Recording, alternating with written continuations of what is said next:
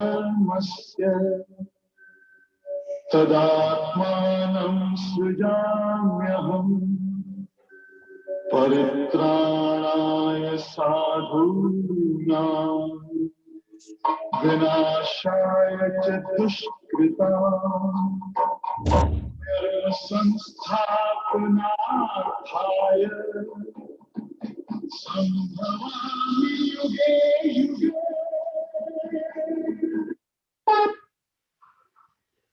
बहुत ही बढ़िया।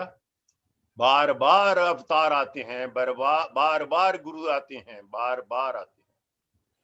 तो इसमें अभी हमने चैप्टर 1 में देखा विषाद योग।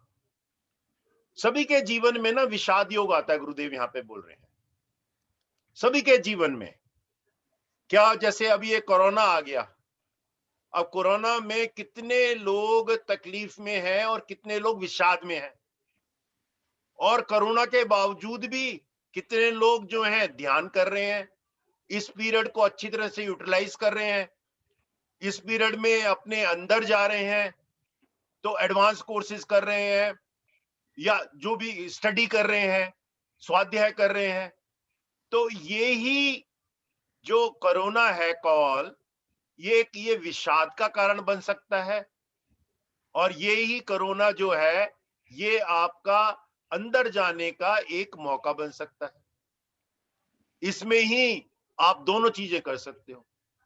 तो जब आप विषाद में जाते हो, विषाद का मतलब कि कॉन्फ्लिक्ट, कंफ्यूजन, और जब विषाद में जाते हो धीरे धीरे धीरे ना डिप्रेशन में जाते हो, धीरे धीरे मेंटल स्ट्रेस हो जाती है, और जब मेंटल स्ट्रेस होती है तो पहले ही कंफ्यूजन होता है, फिर और धुंधला हो जाता है, फिर कुछ दिखता ही नहीं है, क्या करूं क्या ना करूं, और हर एक चीज में डर भी लगने लग जाता है। मेरे परिवार का क्या होगा, मेरी जॉब का क्या होगा, मेरा इसका क्या होगा।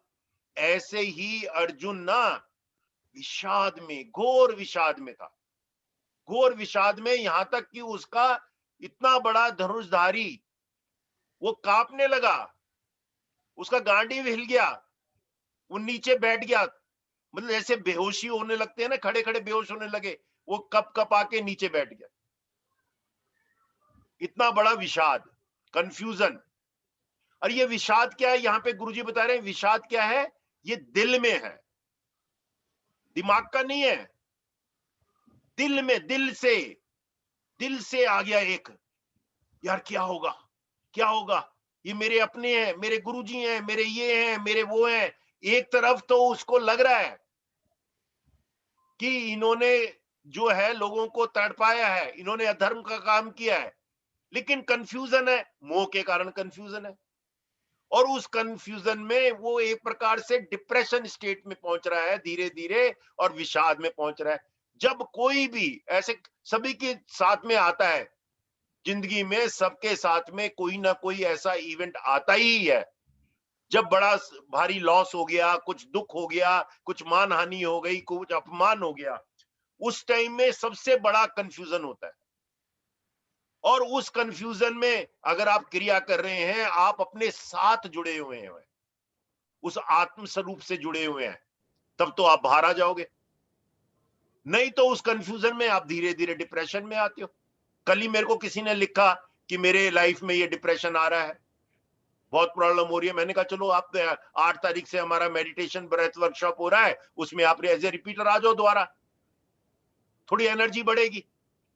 तो मतलब यह है कि उसने हमको लिखा, हमने कुछ गाइडेंस दे दी। तो यहां पे दूसरे चैप्टर में अर्जुन समझ तो गया कि मैं विषाद में हूं, और उसने देख भी लिया था कि लड़ाई जरूर होगी, तभी वो भगवान कृष्ण के पास गया था उसकी सहायता लेने, और उसने सबसे बड़ी अकलमंदी कर दी कि भगवान अपनी तरफ ले लिए। युधिष्ठिर ने तो जो मेटेरियलिस्टिक चीजें थी वो ली, और अर्जुन ने जो आध्यात्मिक चीजें थी वो ले ली, भगवान ही ले लिए। जिसके साथ भगवान है उसको क्या डरना। तो भगवान ले लिए, तो भगवान को उसने समर्पण भाव से चैप्टर 2 में 7वें श्लोक में उसने पूछा, भगवान मैं क्या करूं। गाइडेंस, जब हमारे पास में स्किल ना हो तो किसी की गाइडेंस लो, किसी की गाइडेंस लो। मेरे को आगे क्या करना है, मेरे पास इनकम टैक्स का नोटिस आ गया तो मेरे हाथ पैर फूल गए, तो मेरे को तो गाइडेंस चाहिए ना, किसी सीए को कंसल्ट करूंगा। कोई केस है मेरा, प्रॉपर्टी का डिस्प्यूट है, लॉयर को कंसल्ट करूंगा। मेरे को बुखार हो गया या कुछ तकलीफ है तो मैं डॉक्टर को कंसल्ट करूंगा। आज अगर मैं डॉक्टर को कंसल्ट कर लूं या मैं लॉयर को अपॉइंट कर लूं या किसी कंसल्टेंट को ले लूं, तो जो कंसल्टेंट कहेगा उसको मेरे को फॉलो करना है, नहीं तो फायदा क्या। अब अर्जुन ने कंसल्टेंट ले लिया, अपॉइंट कर लिया भगवान कृष्ण। 2.7 में बताया कि भगवान कृष्ण से पूछा भाई मैं क्या करूं। भगवान ने 2.47 में उसको बोल दिया, 100% बोल दिया कि तेरा कर्म करने में अधिकार है, उसके फल में नहीं, इसलिए तू कर्म कर। पहले तो उसको समझाया, पहले तो उसको आत्मज्ञान दिया कि ये जो खड़े हुए हैं ये शरीर नहीं है, आत्मज्ञान दिया, बुद्धि से समझाया। फिर उसको अहंकार को जागृत किया कि लोग क्या कहेंगे, भाग गया तो। फिर उसको बताया कि तेरा कर्म करना ही तेरा धर्म है, तू क्षत्रिय है। और कर्म करने के बाद में जो 2.47 सबसे इंपॉर्टेंट है, उसमें बोला तेरा कर्म करने में ये अधिकार है, उसके फलों में कभी नहीं, इसीलिए तू कर्मों के फल का हेतु मत हो तथा तेरी कर्म ना करने में भी आसक्ति ना हो। मतलब आसक्ति को त्याग कर, फीवरिशनेस को त्याग कर, उसके फाइनल रिजल्ट को त्याग कर और मान अपमान को त्याग कर, जीत हार को त्याग कर, तू कर्तव्य कर्म कर। कर्तव्य क्या है? तू क्षत्रिय है, तेरे को धर्म करना है, अधर्म के खिलाफ तेरे को धर्म करना है। और कर्तव्य कर्म कैसे करना? सम्मत भाव में रहकर, उसके फल की कोई चिंता नहीं, कोई फीवरिशनेस नहीं, कोई फियर नहीं, कोई फुलिशनेस नहीं। 3 F गुरुजी ने बोले थे, फीवरिशनेस, फुलिशनेस और कोई भी अंदर से कहीं से भी जो है ना, अंदर फियर नहीं किसी भी बात का। जब आत्मज्ञान मिल गया तो फियर किस बात का। ये तीनों एफ अगर आ गए तो आपका फ्रीडम मिल गया। ये सब ज्ञान दे दिया, सब कुछ बता दिया, लेकिन क्या हुआ? अर्जुन जो है चैप्टर 3 में आके फिर उसके प्रश्न शांत नहीं हुए। अगर गुरु ने एक बारी कुछ कह दिया तो उसको फॉलो करो। अब उसके अंदर डिप्रेशन था, विषाद था, तो कंफ्यूजन था, कॉन्फ्लिक्ट था, तो गुरु कह रहे हैं कि ये करना है और वो जो है समझ नहीं रहा। वो गुरु को ही पूछ रहा है, वो गुरु के ऊपर ही क्वेश्चन डाल रहा है।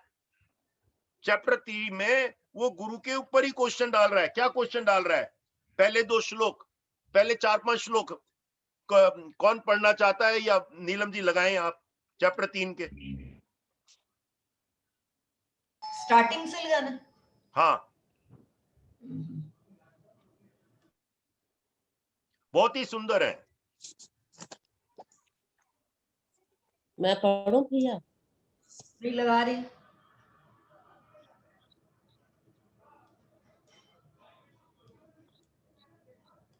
हाँ, अथ तृतीयोऽध्यायः अर्जुन उवाच ध्यायसि चेत् कर्मणस्ते मता बुद्धिर्जनार्दन तत्किं कर्मणि घोरे मां नियोजयसि केशव व्यामिश्रेणेव वाक्येन बुद्धिं मोहयसीव मे तदेकं पदनिश्चित्य येन श्रेयोऽहमाप्नुयाम्। श्रीभगवानुवाच लोकेऽस्मिन् विविधा निष्ठा पुरा प्रोक्ता मया नघ ज्ञानयोगेन साङ्ख्यानां कर्मयोगेन योगिनाम् न कर्मणामनारम्भा नैष्कर्म्यं पुरुषोऽश्नुते न च सन्न्यसनादेव सिद्धिं समधिगच्छति न हि कश्चित् क्षणमपि जातु तिष्ठत्य कर्मकृत् साध्यते ह्यवशः कर्म सर्वः प्रकृतिजैर्गुणैः। हाँ जी, बस। हाँ, तो ये पहले श्लोक में देखो, गुरु ने बताया कि ऐसे जाना है, ये करना है, तेरे को कर्म करना है, पूरा 100% बोल दिया। 2.47, 2.48, 2.59, 4950 पूरा बोल दिया। लेकिन किसी भी गुरु का ऐसा कर्तव्य होता है या गुरु ऐसे गाइड करते हैं कि दूसरा आदमी जो है ना, वो भक्त है, वो भी अपनी बुद्धि लगाए, मूड बुद्धि से ना करे। जैसे मान लो आपको दिल्ली में कहीं कनॉट प्लेस जाना है, आपको रास्ता पूछा आपने, हमने बताया कि रास्ता ऐसे जाओ, सीधा जाओ, फिर राइट टर्न ले लेना, फिर लेफ्ट ले लेना, फिर सीधा जाना, फिर गोल चक्कर के बाद में कनॉट प्लेस आ जाएगा। अब मैं ये बीच में ये तो नहीं बोलूंगा कि रेड लाइट पे रुकना है कि नहीं रुकना। अब गुरु ये तो नहीं बोलेगा कि रेड लाइट पे रुकना है कि नहीं रुकना, इतना तो नहीं बोलेगा ना। इतना तो वो सोचेगा कि शिष्य भी अपना दिमाग लगाए। तो गुरु ने ये पूरी बात बोल दी, लेकिन अर्जुन कंफ्यूज। अर्जुन ने क्या बोला, उसने पूछा कि तुम मेरे को निश्चित बताओ कि कर्म श्रेष्ठ है कि ज्ञान श्रेष्ठ है, और मेरे को इस भयंकर कर्म में क्यों लगाते हो। क्यों? क्योंकि वो विषाद में है, उसको डर लग रहा है। भयंकर कर्म में क्यों लगाते हो? अरे तू क्षत्रिय है, तेरा धर्म है कर्म करना, तेरा धर्म है कि युद्ध करना, और उसको कह रहा है कि निश्चित करके कहो। उन्होंने निश्चित कर दिया। गुरु का काम होता है, गुरुजी देखो ना, गुरुजी कभी भी बोलते हैं कि choice is yours, blessing is mine. इसी तरह से गुरु गाइड देता है। आपने लगा लिया गूगल मैप, अब थोड़ा बहुत तो ध्यान रखना पड़ेगा।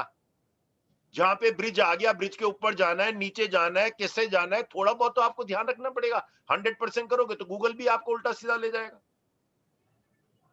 तो यहाँ पे एक प्रकार से पहले तो सबसे पहले ये देखना चाहिए कि कर्म है क्या। गुरुजी यहाँ पे कर्म का बताते हैं डेफिनेशन, बहुत सिंपल बताते हैं।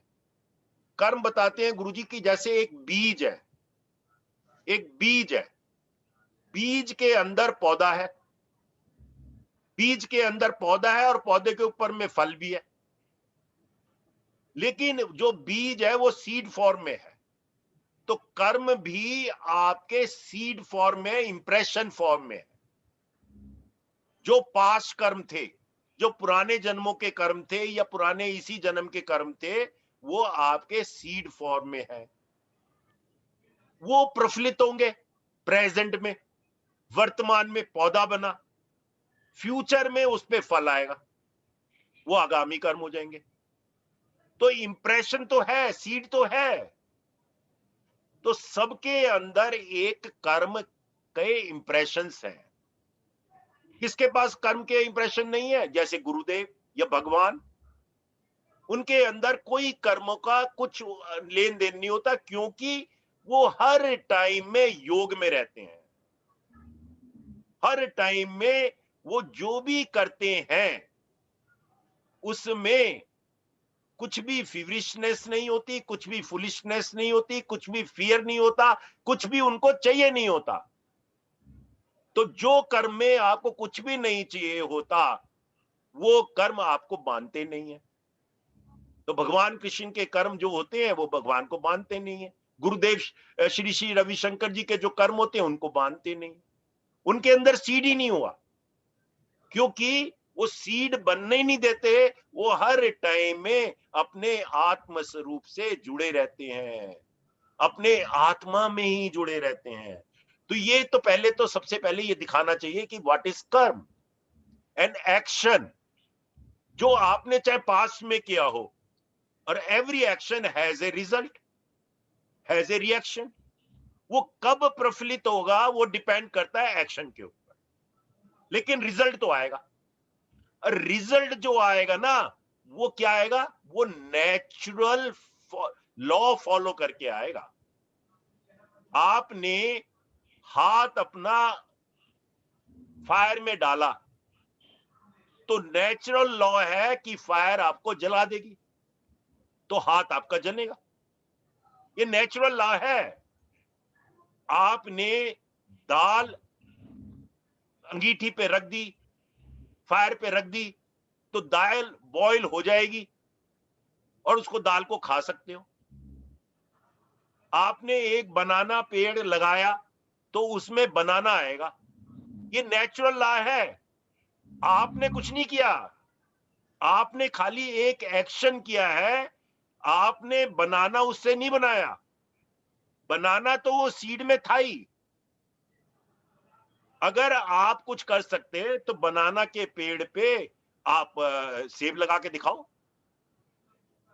कोई कर सकता है? बनाना के पेड़ पे कोई सेब लगा सकता है? आप दाल बॉईल करो और कहो कि चावल बन जाए या खीर बन जाए। ये क्या है? Natural law. Every action will have some result, that result will follow a certain law. ये जो है ना 2.47 ये कहता है कि रिजल्ट जो है ना वो आपके हाथ में नहीं है, क्योंकि वो भगवान ने नेचुरल लॉ के हिसाब से निश्चित है, वो निश्चित है। आपने जन्म ले लिया, अब कब मरोगे, कैसे मरोगे, क्या करोगे, वो जो है वो निश्चित है। आपका क्या काम है? आपने दवाई लेनी है। अगर आप बीमार पड़ गए आपने दवाई लेनी है। कोरोना आ गया आपने प्रिकॉशन लेनी है, वो कर्म है आपके। और वहां पे यहां पे बताया कि कर्म के बिगैर कोई रह भी नहीं सकता, कोई नहीं रह सकता कर्म के बिगैर। आप अर्जुन कह रहा है कि इससे अच्छा तो मैं छोड़ के भाग जाऊं। छोड़ के कहां भागेगा? खाना तो खाई चाहिए। चलो फॉरेस्ट में चला जाएगा तो कुछ पेड़ से कंदमूल फल खाएगा, तो उसके लिए तो कर्म करेगा ना। तो कर्म हरेक को करना है। ये हमारा जो कर्म है ये एक्चुअली मनुष्य योनि में हमको एक ये फ्रीडम दे रखी है। और ये फ्रीडम किसकी दे रखी है? कर्म करने की। गुरुजी यहां पे बताते हैं कि एक कबूतर को तुम दाना डालो और उसके साथ में स्वीट भी डाल दो, उसके साथ में मिठाई के भी दाने डाल दो, वो जो कबूतर है खाली दाना खाएगा, मिठाई नहीं लेगा। और मनुष्य को डाल दो, मनुष्य तो दोनों उठा लेगा, क्योंकि मनुष्य के अंदर फ्रीडम है। एक बच्चा है वो एक मट्टी खा लेता है, क्यों? उसके अंदर एक फ्रीडम है। कोई भी एनिमल मट्टी नहीं खाता। तो आदमी के अंदर खाली फ्रीडम है कर्म करने की, इसलिए मनुष्य को कर्म बांधते हैं और किसी योनि के लोगों को कर्म नहीं बांधते।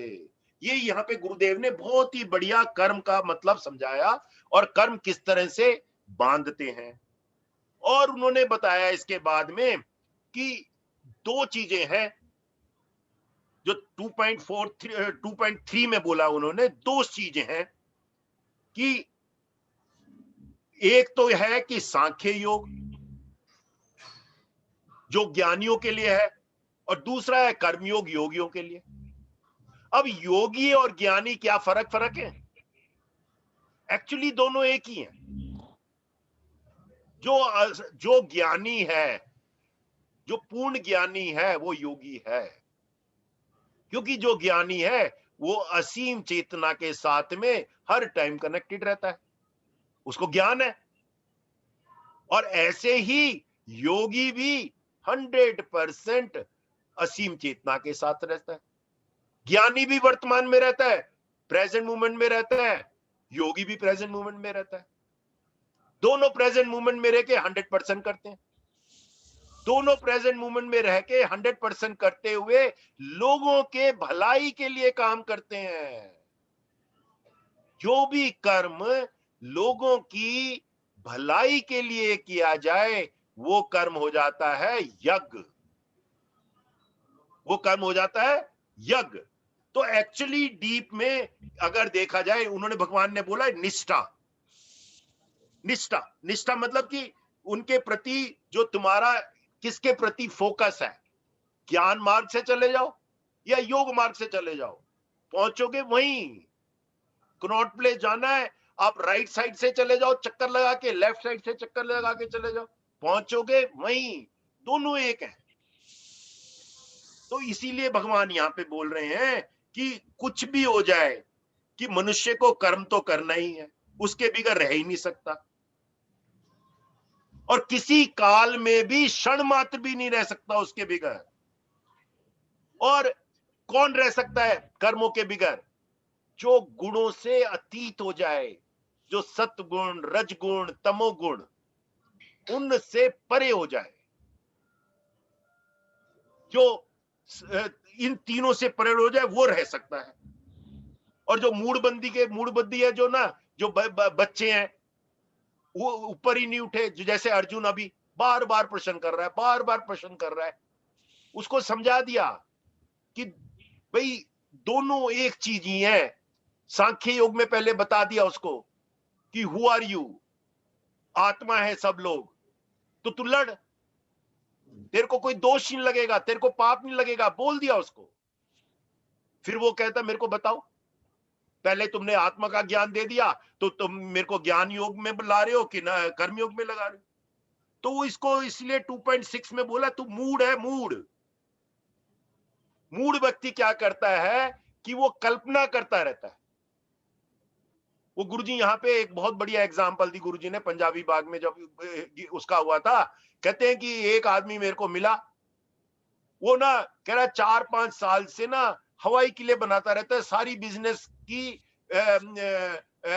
स्टडी करता रहता है, बड़ी बड़ी किताबें पढ़ता है, ये बिजनेस करूं, वो बिजनेस करूं, कुछ करा नहीं उसने। गुरुजी के पास आया, गुरुजी मैं क्या करूं? अरे गुरुजी ने कहा यार तू ये 10 किताबें क्यों पढ़ रहा है? तो इसीलिए जो ज्यादा इंटेलेक्चुअल्स होते हैं, जो ज्यादा ब्रेनी पीपल होते हैं, वो भी जो है ना ज्ञान मार्ग से परे हो जाते हैं। ज्ञान मार्ग में अंदर ही छुपा हुआ है कि आपको उससे कनेक्ट रहना है, उससे कनेक्ट रहना है मतलब कि अध्यात्म करना है। अध्यात्म नहीं करोगे तो पूर्ण ज्ञान नहीं मिलेगा। एक ज्ञान है व्यवहारिक दुनिया का, एक ज्ञान है अपनी दुनिया का, इनसाइड, आत्मा क्या है, भगवान क्या है। तो जो पूर्ण ज्ञान है वो दोनों का मिश्रण है। व्यवहारिक ज्ञान में गुरु भगवान बोल रहे हैं उसको, गुरु बन के एक अर्जुन को तू इसको मार, वो दुनियादारी का ज्ञान हो गया। और अंदर ज्ञान में बोल रहे हैं जो ये मार रहा है वो आत्मा ही है, आत्मा मरती नहीं है, शरीर को मार रहा है तू। तो दोनों ज्ञान इंपॉर्टेंट है। लेकिन यहां पे क्या बोला? मूढ़मति, मूढ़ बुद्धि, उसकी छोटी बुद्धि थी अर्जुन की, समझ में नहीं आया उसको। और मूढ़ बुद्धि वाले मिथ्याचारी होते हैं, सोचते तो है कि मैं बहुत बड़ा बिजनेसमैन हूं, सोचते तो हैं कि मैं ये कर लूं, दम्भी होते हैं, हिपोक्रेट। वो 2.6 में बोल रहे हैं, 3.6 में। तो लेकिन क्या करना है? इंद्रियों को वश में कर कर अनासक्त हुआ समस्त इंद्रियों द्वारा कर्म योग का आचरण कर, वही श्रेष्ठ है। अब इंद्रियों को वश में कैसे करें? इंद्रियों को वश में करने के लिए अगेन दो चीजें हैं, ज्ञान मार्ग या योग मार्ग, और दोनों कनेक्टेड है। पतंजलि ने बोल दिया अष्टांग योग, दोनों कनेक्टेड है। पतंजलि ने बोल दिया अभ्यास और वैराग, जब तक अभ्यास नहीं करोगे इंद्रियां वश में नहीं आएंगी। विवेक वैराग्य, गुरुजी ने बोल दिया उसमें एडवांस कोर्स में, विवेक वैराग्य षट संपत्ति मुमुक्ष। इंद्रिया कंट्रोल में ही नहीं आएंगी जब तक आपके अंदर विवेक जागृत नहीं होगा और वैराग्य नहीं होगा। वैराग्य का मतलब एक लिमिटेड यही है कि मेरी इंद्रियां मेरी सुनती हैं। वैराग्य का मतलब ये नहीं है कि तुम भाग गया संसार छोड़ के। ये कुरुक्षेत्र यही है, यही कुरुक्षेत्र है। हम लोग इसी दुनियादारी में ही कुरुक्षेत्र है। भागने का कोई गुरुदेव कभी नहीं कहते, किसी को नहीं कहते। तो इस दुनिया में, इस कुरुक्षेत्र में शास्त्र वहित कर्तव्य कर्म कर, 3.8 में बोल रहे हैं कर्तव्य कर्म कर और इंद्रियों को वश में करके कर, बिना आसक्त हुए। तो इंद्रियों को वश में कैसे करोगे? जब आप अपने आप से कनेक्टेड हो, जब आप रोज अपना ध्यान कर रहे हो, जब आप रोज अपना प्राणायाम कर रहे हो, जब आप सुदर्शन क्रिया कर रहे हो, जब आप एडवांस कोर्स कर रहे हो 4-5-6 महीने में एक बार, तो धीरे धीरे आपके कर्म जो है ना, संस्कार, जो इंप्रेशंस हैं, डेली इंप्रेशंस बनते हैं, वो वॉश आउट होते हैं। जो पुराने इंप्रेशंस हैं वो वॉश आउट होते हैं एडवांस कोर्स में। वो जब इंप्रेशंस वॉश आउट होते हैं, धीरे धीरे वो क्या है, वो कवरिंग्स हैं, वो कवरिंग्स हैं आपकी आत्मा के ऊपर, आपके तत्व के ऊपर में।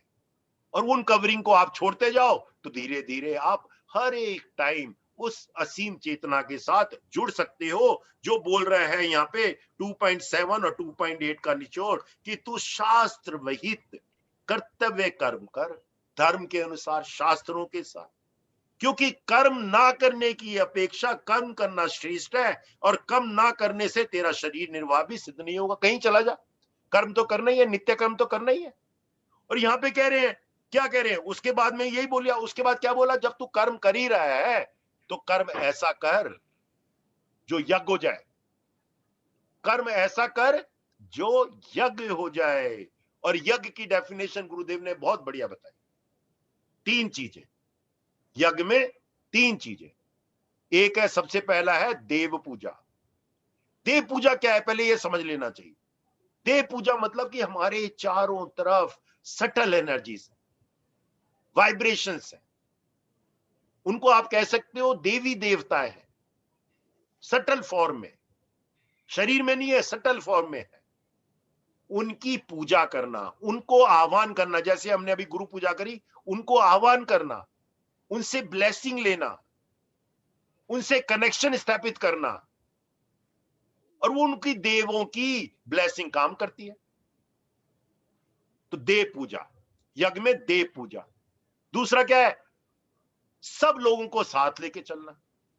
अब यहाँ पे गुरुजी एक बहुत बढ़िया एग्जाम्पल बताते हैं कि आपने जो हवन किया, हवन में भी अगर आपने घी डाला कैसे डाला घी, किसी आदमी ने दूध निकाला, किसी ने उसको मक्खन निकाला, किसी ने उसका घी बनाया, घी बना के मार्केट में आप उसको लेकर आए, तो घी फिर आहुति में हुआ।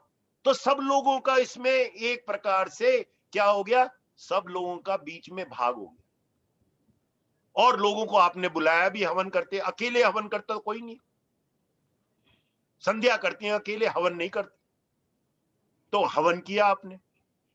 तो हवन में सब लोगों के, जो एक प्रकार से यज्ञ की ब्यूटीफुल डेफिनेशन गुरुजी ने दिया है, जो कार्य आप सब लोगों के भलाई के लिए करें वो यज्ञ है, वही सेवा भी है। तो उसमें देव पूजा हो गई, सब लोगों का कल्याण हो गया, और उसमें कुछ दान का भाव भी होता है। कुछ उसके बाद में आप जैसे हम पंडितों को बुलाते हैं उसको दान भी देंगे, लोगों को बुलाते हैं उसको कुछ सत्संग के बाद में उनको प्रसाद भी देंगे, और ज्ञान का दान देते हैं सबसे बड़ा। तो यज्ञ में आहुति दी, वो दान दिया, सारे 108 द्रव्य इधर उधर से ढूंढ के लाए, उसका दान दिया अग्नि में, तो आहुति भी तो दान ही है। तो यज्ञ यहाँ पे जो 2.9 में बोल रहे हैं, बहुत बढ़िया बोल रहे हैं कि तू यज्ञ के निमित्त काम करो के अतिरिक्त दूसरा कर्म करेगा तो पाप होगा। बोलते हैं दूसरा कर्म बांधता है, इसलिए वो पाप होगा। अगर तू खाना खा ले और तेरे सामने 4 जने भूखे बैठे हो और उनको बिना पूछे तू खाना खा ले तो पाप है। सच ए ब्यूटीफुल थिंग। हाँ, यहां से पढ़ो जी 3.10 से 5 श्लोक।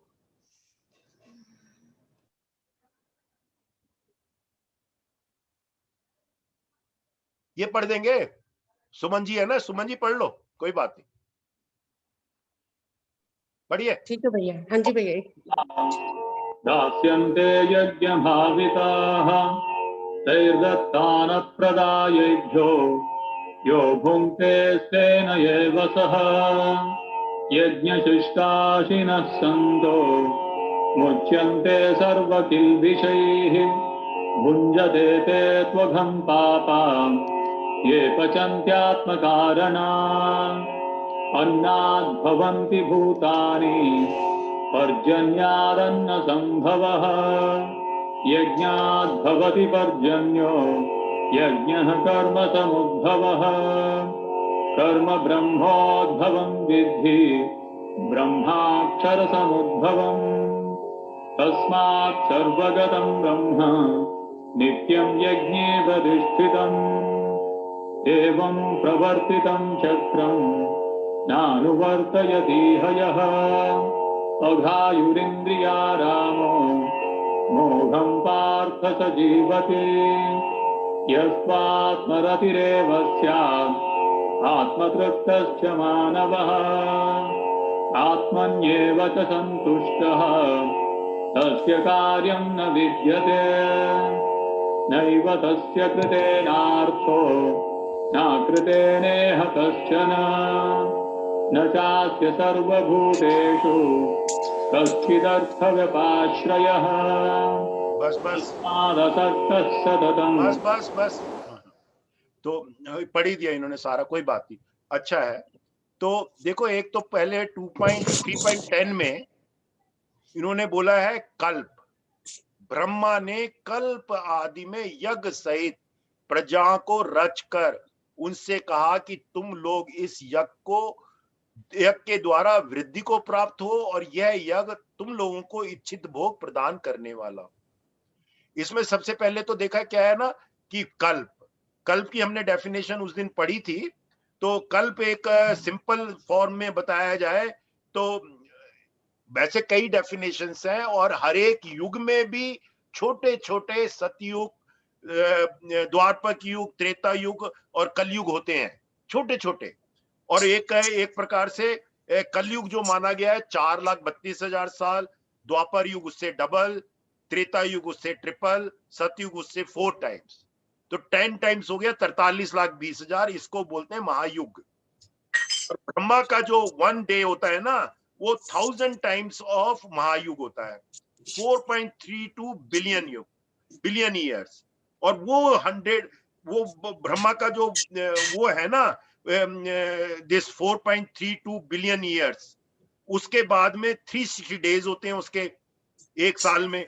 इसी तरह से एक रात उसकी 4.32 बिलियन ईयर, तो वो महाकल्प हो जाता है 311.04 ट्रिलियन ईयर्स। मतलब हम सोच नहीं सकते।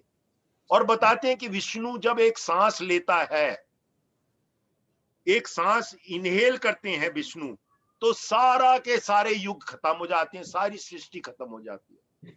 जब वो एक्सेल करते हैं तो थाउजेंड्स ऑफ यूनिवर्स बन जाते हैं एक सांस में, और थाउजेंड्स ऑफ यूनिवर्स बन जाते हैं। हर एक यूनिवर्स में एक ब्रह्मा होता है और हर एक वर्ष में फिर वो कल्प शुरू हो जाता है। इस तरह से ये सृष्टि है अनंत, जो भगवान ने यहाँ पे बताया भी है चैप्टर 2 में। तो यहाँ पे यही बोलते हैं कि कल्प के यथार्थ में जब हमारे इस प्रेजेंट सृष्टि के ब्रह्मा ने कल्प के स्टार्ट में क्या करा कि प्रजाओं को रचकर, हम लोगों को रचकर सबको कहा कि एक दूसरे का प्रेज करो। क्या कहा? कोई भी मौका छोड़ना नहीं चाहिए दूसरे की एनर्जी बढ़ाने के लिए। हम काम करते हैं उल्टा, कई लोग काम करते हैं उल्टा, पर्टिकुलरली लेफ्टिस्ट डिबेट करते रहेंगे टेलीविजन पे उल्टी, हर एक चीज में दोष। गुरुजी यहाँ पे बोल रहे हैं, गीता यहाँ पे बोल रही है कि एक दूसरे की वृद्धि को प्राप्त हो यज्ञ द्वारा, एक दूसरे को सपोर्ट करो, उन को उन्नत करो। 11वें में बोल रहे हैं, एकदम से बोला उन्नत करो। देवता आपको उन्नत करते हैं, आप देवता को भी उन्नत करो, क्योंकि आप भी भगवान हो, आप भी उसी असीम चेतना के लोग हो। और इसमें 2.12 में भी यही बोल रहे हैं। फिर उसके बाद में आपको इच्छित भोग मिलेगा। अगर आप दोनों को अप्रिशिएट करोगे तो आपको ब्लेसिंग मिलेगी। आप करके देख लो अपने टीम मेंबर्स में, 5 टीम मेंबर्स हैं, आप एक काम करो और 5 टीम मेंबर्स को सपोर्ट करो एक दूसरे को। जब एक दूसरे को सपोर्ट करोगे तो आपको रिजल्ट बहुत बढ़िया मिलेगा। और 5 एक दूसरे को क्रिटिसाइज करो, एक दूसरी डायरेक्शन में जाने लग जाओ, तो बिल्कुल कंफ्यूजन हो जाएगा, रिजल्ट भी नहीं मिलेगा।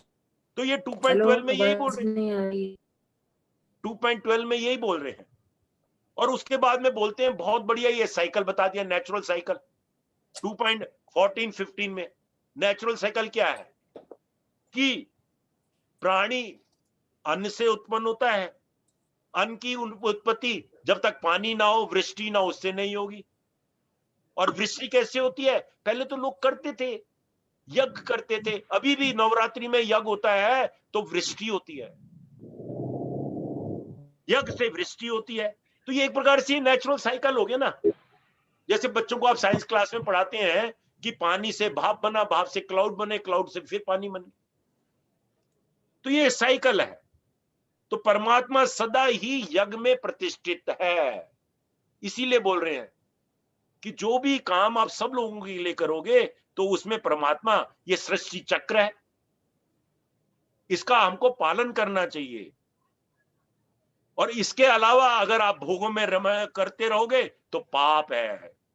3.16 में बोल दिया पाप है, पाप। खाली आप अपने लिए काम करोगे तो पाप है। अरे आपके पास में स्किल है, अगर आप डॉक्टर है और आपके पास में कोई मरीज आ जाता है, आप उसको नहीं देखते तो पाप है। आपके पास में खाना है, भूखा आपके सामने बैठा है, आपने उसके साथ शेयर नहीं करा तो पाप है। लेकिन इसके विपरीत जो योगी होता है, जो ज्ञानी होता है, दोनों एक ही हैं। जो आत्मा में ही रमण करने वाला और आत्मा में ही तृप्त तथा आत्मा में ही संतुष्ट हो, उसके लिए कोई कर्तव्य नहीं है। जो 7th लेवल से जुड़ा हुआ है, जैसे अभी हमने सुदर्शन क्रिया करी ना, तो कुछ क्षण तक सब लोग अपने आप से जुड़ जाते हैं, तभी एकदम से प्रसन्न और शांत भाव रहता है। कर्म क्या है? इसकी बहुत ही बढ़िया छोटी सी डेफिनेशन क्या है कि dynamism in action, dynamism and calmness, दोनों चीजें इन एक्शन, पूरा 100% भी और काम माइंड भी। डायनेमिज्म एंड कामनेस, वो कैसे संभव है? योगी के लिए संभव है, जब आप सुदर्शन के लिए हो तब संभव है। उसमें एक और चीज बोलते हैं गुरुदेव यहां पे ही, action in action and in action में ही एक्शन। आप चुपचाप बैठे हो, चुपचाप बैठे हो, आपने खाना खाया, लेकिन खाना पाचन कर रहा है, एक्शन तो हो रहा है ना। कितना इसमें कितना कॉम्प्लेक्स है डाइजेस्टिव प्रोसेस, उसको सुनोगे तो हैरान हो जाओगे। वो हो रहा है, आप कुछ नहीं कर रहे, वो हो रहा है, प्रकृति का नियम है, वो हो रहा है। ऐसे ही आपका थोड़ा सा एक्शन है कि आपने खाना खाया, आपका थोड़ा सा कर्म है कि आपने युद्ध के, आपने धर्म के प्रति अपना एक कदम उठाया, आपका एक्शन है कि आपने ज्ञान लोगों में बांटा, आपका एक्शन है कि 10 लोगों को आपने कहा कि एडवांस कोर्स हो रहा है, या 10 लोगों को कहा आपने कि ये वर्कशॉप हो रही है सुदर्शन क्रिया की, आप ज्वाइन कर लो। वो आए ना आए, वो एक नेचुरल लॉ है, उसमें तुमको आसक्ति नहीं होनी चाहिए, उसमें तुमको फीवरिशनेस नहीं होनी चाहिए, उसमें तुमको फियर नहीं होना चाहिए, उसमें तुमको फुलिशनेस नहीं होनी चाहिए। फियर क्या होता है? यार वो क्या कहेगा, मैंने तो उसको 10 बार ही कह रखा है, कहेगा तू बेवकूफ है, तू हर टाइम में यही कहता रहता है। तो डायनेमिज्म एक्शन, डायनेमिज्म मतलब एक्शन विद काल्मनेस, मतलब कि योगी, मतलब ज्ञानी। ज्ञानी जो योग कर्म करता है, एक्शन करता है, वो अपने आप, अपने आत्मा से जुड़ा हुआ, आत्मा में रमण करता हुआ, 17वां बोल रहे हैं 3.7, आत्मा में रमण करने वाला, आत्मा में तृप्त, आत्मा में संतुष्ट, उसके लिए कोई कर्तव्य है ही नहीं। यहाँ पे 3.21 में तो बोल ही दिया कि शेष पुरुष जो होता है ना, जो ज्ञानी होता है, योगी होता है, जैसे भगवान कृष्ण है या गुरुदेव है, उनको, गुरुदेव को क्रिया करने की कोई जरूरत नहीं है, गुरुदेव को सत्संग करने की कोई जरूरत नहीं है, गुरुदेव को कोई एडवांस कोर्स करने की जरूरत नहीं है, लेकिन गुरुदेव करते हैं। भगवान श्री कृष्ण को ध्यान करने की कोई जरूरत नहीं है, लेकिन भगवान कृष्ण ने जब अवतार लिया तो करते हैं, सवेरे करते हैं, ध्यान करते हैं। क्यों करते हैं? क्यों करते हैं? एक तो पहली बात है शरीर में है, दूसरी बात क्या है कि जैसा ज्ञानी पुरुष, योगी पुरुष जैसा गुरुदेव करेंगे, शिष्य भी वैसा ही करेंगे। TRM होता है, गुरुदेव पूरे पूरे योगा करा देते हैं। पहली बार तो मैंने जब गुरुदेव को देखा, मेरे को अभी भी वो सीन याद है कि शिवरात्रि की सवेरे का दिन था और गुरुदेव ऋषिकेश में, गुरुदेव ने बोला सवेरे सवेरे 4:30 बजे आ जाना, और गुरुदेव ने पद्म साधना करवाई हम लोगों को। और गुरुदेव की मूवमेंट ऐसी थी कि बिल्कुल लाइक ए डांस, एक आसन से दूसरे आसन में बिल्कुल एफर्टलेसली, योगी कर सकता है। तो क्यों, जब उन्होंने, गुरुदेव ने ऐसा करके मेरे को दिखा दिया, तो मेरा लक्ष्य हो गया मैं उनको फॉलो करूं। यही 2.21 में बोल रहे हैं, 3.21 में, शेष पुरुष जो जो आचरण करता है, अन्य पुरुष भी वैसा वैसा ही आचरण करते हैं। वह जो कुछ प्रमाण देता है, समस्त मनुष्य समुदाय उन्हीं के अनुसार बरतने लग जाता है। तो इसीलिए सबको, चाहे वो श्रेष्ठ पुरुष हो, चाहे वो ज्ञानी हो, चाहे वो योगी हो, चाहे वो एक ऑर्डिनरी आदमी हो, उसको कर्म करना ही है। और अगर कर्म करे विद कामनेस, विद बिना आसक्ति के, तो वो कर्म उसको बांधेगा नहीं। बिना फीवरिश के कर्म करे तो। यही चैप्टर 3 है। इसका पार्ट 1 हमने किया है, पार्ट 2 अगले मंगलवार को करेंगे।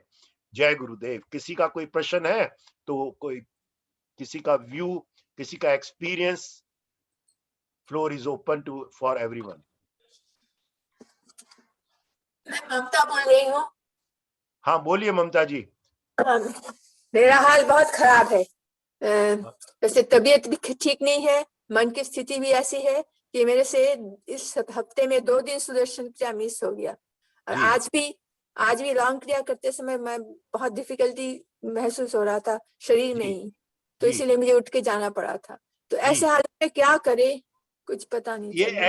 ऐसी हालत सबके लिए आती है। ऐसी हालत में गुरुदेव ने बताया है कि आपको बैठना जरूर है। आपका मन ऐसा कई बार होता है, जब डिप्रेशन में होता है ना, आदमी सांस भी नहीं ले पाता, लेकिन आपको 20 मिनट बैठना जरूर है। मैं बैठी तो थी, बैठी थी। बस वो धीरे धीरे निकल जाएगा। गुरुदेव बोलते हैं 2.5 दिन में निकल जाता है। ऐसा आता है कभी कि परिस्थिति की वजह से आ सकता है, कुछ व्यवहार हो गया मेटेरियलिस्टिक वर्ल्ड में, कुछ अन्न ऐसा खा लिया, कुछ किसी तरह से भी आ सकता है। बीमारी हो गई है मेरी कुछ, इसीलिए। तो थोड़ा बहुत शरीर है ना, शरीर है, एज भी हो रही है, कुछ ना कुछ हो सकता है। निकल जाएगा। आपको करना जरूर है, बैठना है जरूर, बैठना जरूर है, हाँ, बैठना जरूर है, बैठना जरूर। बहुत बढ़िया। हाँ नीलम जी, रिकॉर्डिंग